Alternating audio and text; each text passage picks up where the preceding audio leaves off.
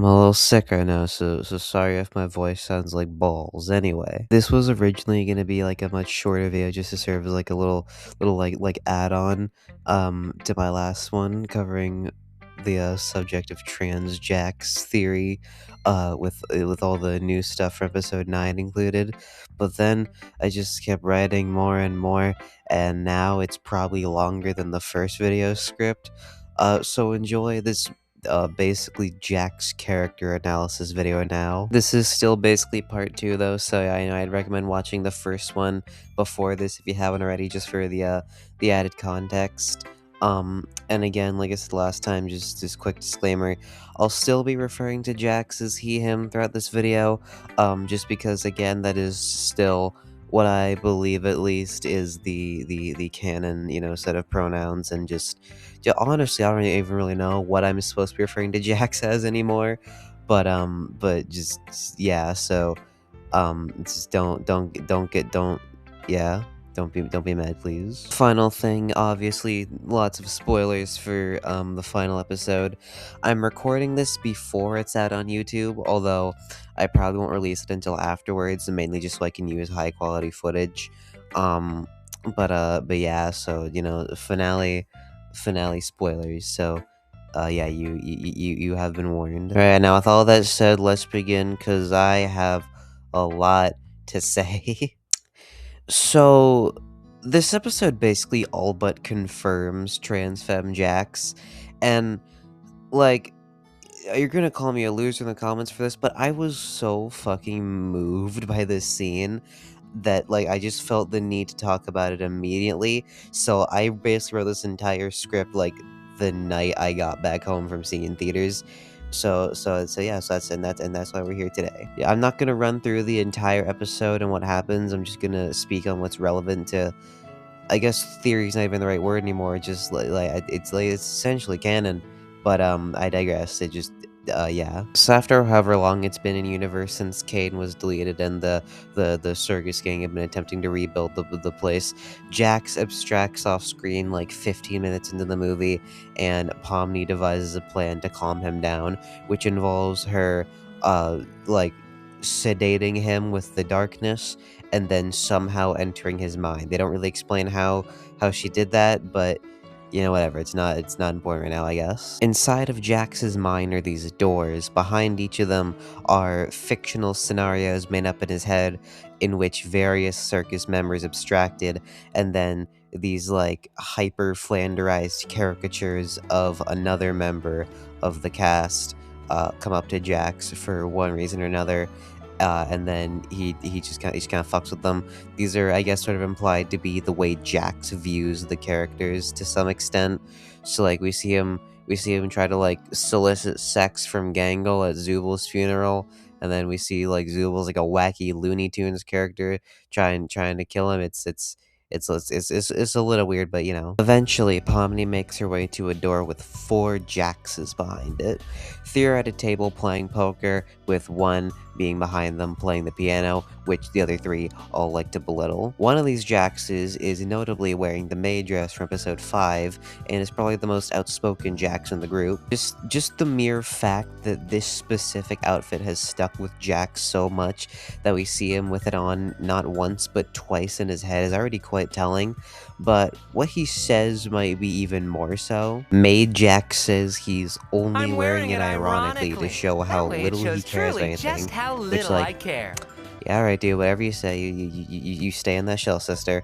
But he also uses the word gay in the same way like a teenager in the early 2000s would, you know what I mean? And also, he also says the F slur, so there's that. My little mini theory is that this Jax represents the most repressed parts of himself. As we'll see in a minute, the one time in his pre-circus life when Jax opened up about these parts of himself, he was laughed at and told off for hours, which I can imagine probably sowed deep-seated trust issues within him, and it probably led to him putting up a wall around these parts of himself to prevent things like that from ever happening again, which is why the most feminine version of Jax is the one speaking and acting like this, overcompensating and over-explaining the reason for having the outfit on and using language like this is all just a big defense mechanism, if that makes any sense. There's also Piano Jax, who I think is sort of representative of the most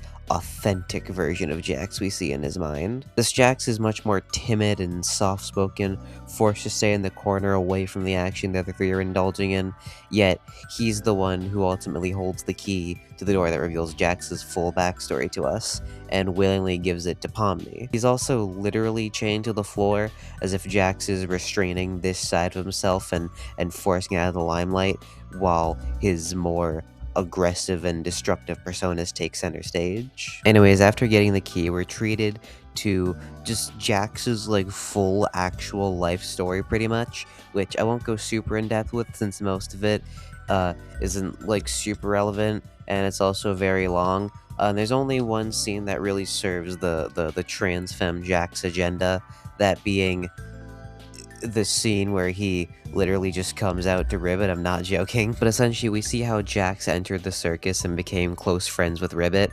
until one day when Ribbit would take Jax into her room and they'd share backstories with each other. Ribbit reveals how she regrets cutting ties with her parents for religious reasons after she moved out, and Jax tells her about his own estranged relationship with his family. His father left when he was a teenager and stopped speaking to him, and his mother was seemingly very verbally abusive, projecting her emotions about her husband leaving onto him, until one day where Jax would tell her something that was really important and personal to him, which is never explicitly stated what exactly it is that he told her, but it's also not really hard to figure out from the context clues, I'll be honest here.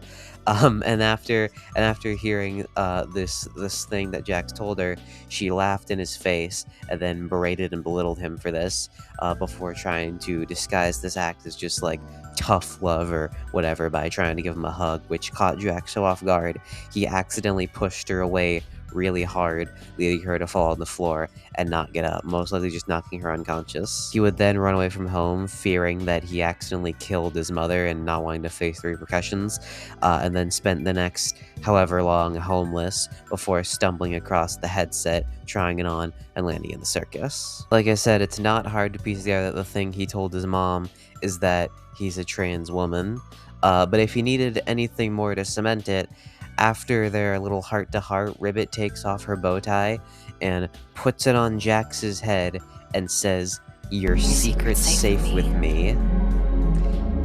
I get why they need to be a little touch and go and like sort of censor themselves slightly, kind of.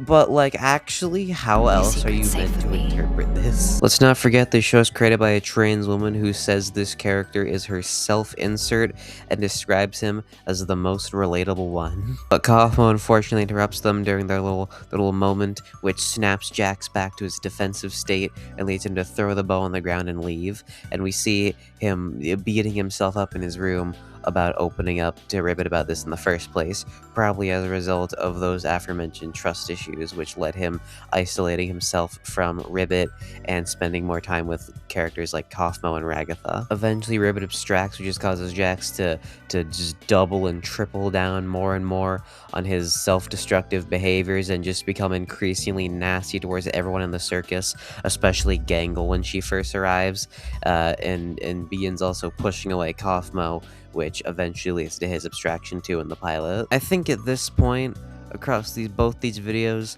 I've more or less made my case for T-Fem Jax theory. So now, I'm gonna talk about an aspect of it that I just personally love. By now, I think it's safe to just call Jax trans representation, and I love how uniquely he's portrayed. Most trans characters in media that aren't just like stereotypes made for a gag or like a straw man are usually portrayed as people who have already undergone the full process of transitioning more or less and pass basically perfectly. I'm not saying that there's anything wrong with that, of course not. I think it's actually great to portray trans people as just regular people who look and sound like everybody else, because that's just what they are. However, there is this whole other lesser known and lesser talked about side of existing as a trans person that I don't see much in mainstream media, that being how your life can be affected pre-transition. Gender dysphoria is not a pleasant thing to deal with, and usually manifests itself as a lot more unpleasant things. One of the main ones being depression. And if you or anyone you know has ever suffered with depression, you'd know it can cause personality and behavioral changes and just generally make you a much less pleasant person to be around. Now, this is a subject I've seen covered before, but I've never really seen the two combined before like this, at least not in something this popular. The trans character being rejected by their family and ending up only getting worse and worse as they let their most awful tendencies take over to cope with their inability to present as their true gender, and the cognitive disconnect from their mind and body. Like it's such a uniquely specific and yet wonderfully and tastefully written and handled story I don't think anyone but a trans person could have created. And it makes me just like feel so seen and like so happy that there is a show this popular that can tackle these themes in such like a not shitty manner. Say what you want about the rest episode, I've seen very mixed takes, and I don't really think it's even perfect myself, but just this aspect of it, just this whole just all of what is done with Jax just is enough to just really make me appreciate like, I think that this whole Jax backstory scene, if no other part of the episode, even the show, is good, the whole Jax backstory segment that I think that is probably, like, the best scene and this the most, like, perfect scene in the show.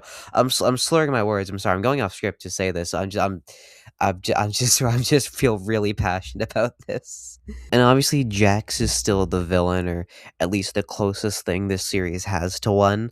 But honestly, that kinda just makes me like it more, like, it almost serves as, like, a cautionary tale of sorts, showcasing the dangers of unchecked mental issues, not just gender dysphoria, although it is, the main one, but showing how sometimes just letting some walls down and allowing yourself to move on and heal and accept help from others could really go a long way to bettering yourself, and how dangerous it can be to both yourself and those around you to repress your issues for so long.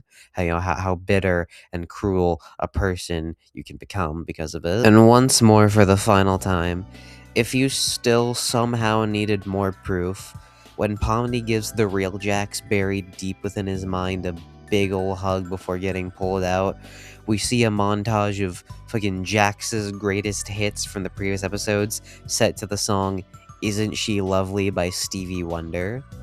Isn't she lovely? Yes. Yes, I think she is. Now give me a fucking Jax the Boob already. So yeah, I gotta be honest with all of you. I think trans femme Jax is like is basically canon. I don't really know how else you're supposed to interpret that scene with the bow, I gotta be real. Now, since it's not stated outright, that would still put Jax in the trans allegory category. But damn, is he a fucking good one. So yeah, I'm not even really sure what else to say, other than just that I really enjoyed this show and this character. It was always my favorite ever since episode 1, and I absolutely loved following the journey they went on. This, however, will not be my last video I make on the show. I do have one more planned, that'd be like a big, full series retrospective, so stay tuned for that, because I'm working very hard on it. The script is currently on page 16, so hopefully you guys will enjoy that video when it comes out. Now, if you'll excuse me, there's a Jax Labubu with my name on it.